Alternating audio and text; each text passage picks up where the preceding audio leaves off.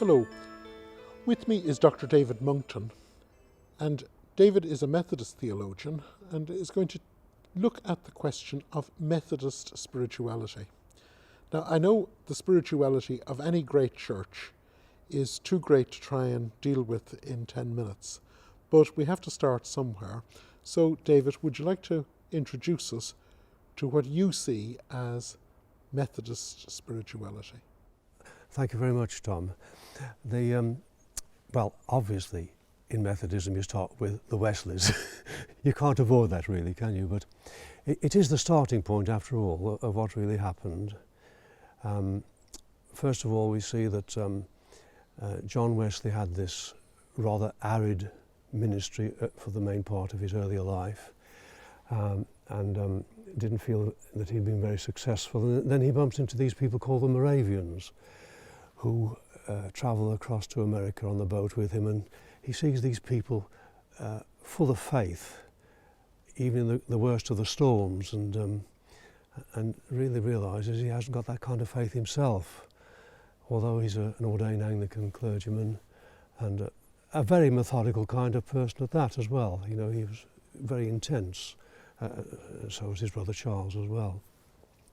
And then, of course, he has what's called the Aldersgate experience, where he hears an exposition of a part of Paul's letter to the Romans, and as he enters into that, to an understanding of that message, in that meeting, a Moravian meeting again, he feels his heart strangely warmed, and it's a turning point in his spirituality. Well, the next thing is, of course, that he went around preaching all over the country and in many other places too. And John Whitefield was actually a much better preacher than Wesley, but Wesley had this system that he developed of classes where he encouraged people to grow together, to find nurture together in the Christian faith. And this was something that he also had learned from the Moravians.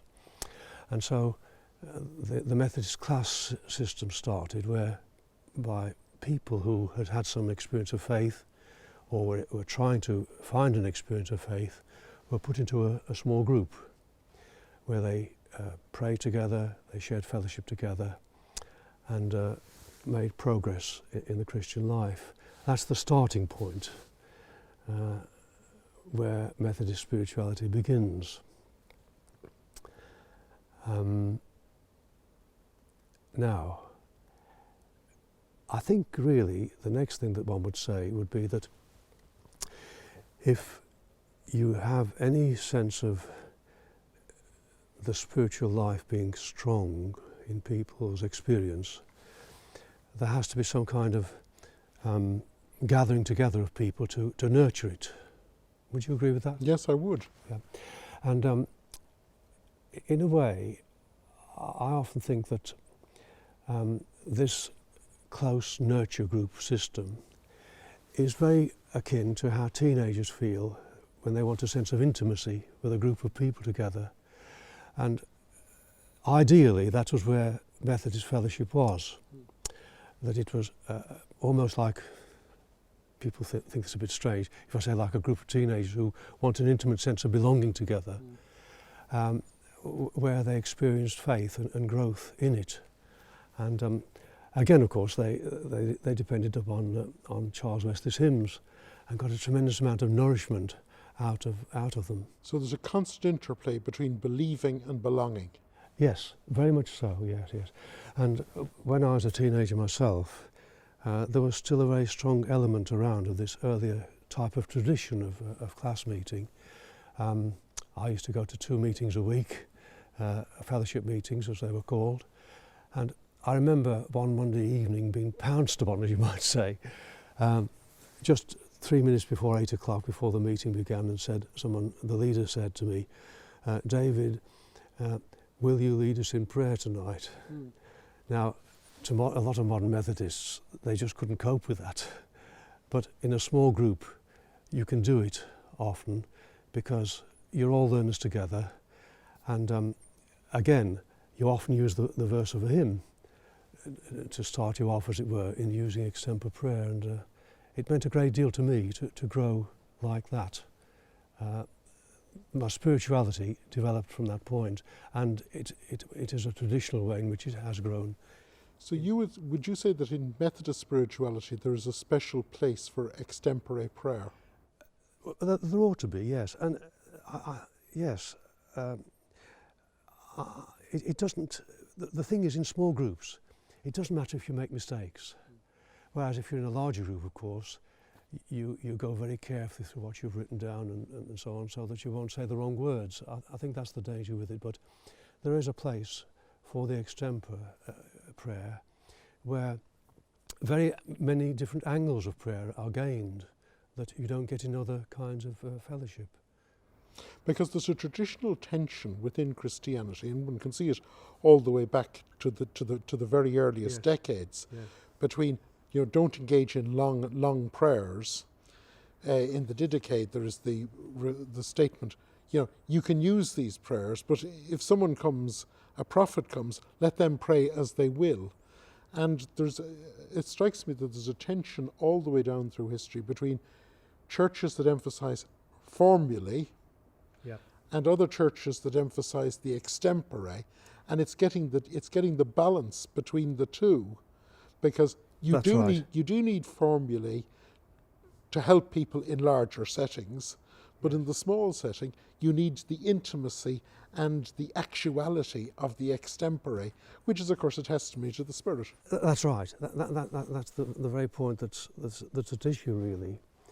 And I think that people, as they pray themselves, they enter more into what their faith is about. I think also in these early meetings there was a sense of intimacy that was close friendship as well. I mean, there's a wonderful verse in one of Wesley's hymns that says, "He bids us build each other up, all gathered into one. To our high calling's glorious hope, we hand in hand go on." And it's there, isn't it? Yes. This closeness. But mind you, there's another point in that verse of that hymn that's quite important as well. And this is what led to the decline of the class meeting in the traditional form. He bids us build each other up. Now, it is very interesting that at that time there was the growth of unions, guilds, which were also designed for people to build each other up in their social needs. And there was a kind of parallel that went on in Methodism that was going on in 19th century society anyway, of people building each other up, as it were, to strengthen themselves in whatever it was that they were doing. And then, did Wesley mean for people to actually hand in hand go on? Possibly, but it was an emphasis on agape rather than eros, of course. Yes. that we need to remember. And there is another kind of tension in Methodism that I find a very tricky one to cope with, and I think society as a whole does. And it is this sense of which, how much should you embrace your friends in a brotherly sort of way? Do you know what I mean?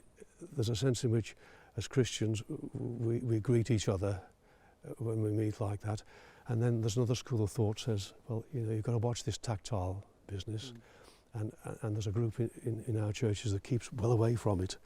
And as a result have lost something because they've fallen on the other side of the tension. Does that make sense to you? It does. And of course there's also a problem that if people refer to one another as brothers and sisters in Christ, yes, which is after all a fundamental aspect of belief about baptism and about the new people, yes, it tends to be rather soppy, and we feel that we need to be a little bit less soppy than that. There is that element in it as well, yes.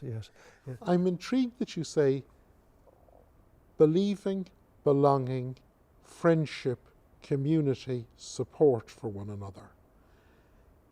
Very important. So at the heart of Methodist spirituality is the notion of the community. Very much. And the community is the expression of Christ. That's right. And also, mind you, one of the reasons why some of these meetings declined was because testimony became a very stereotyped thing. And there was a danger that some people just stayed in a holy huddle, as the saying goes. But Wesley always said, there's no holiness that isn't social holiness. Or he said something to that effect. In other words, if you're just a little holy huddle, you're not really being holy at all. I think on that lovely note, there is no holiness that isn't social holiness. I would like to say thank you for coming and talking to us today. Oh, that's a pleasure. Thanks very much indeed, Tom, for asking me. Thank you.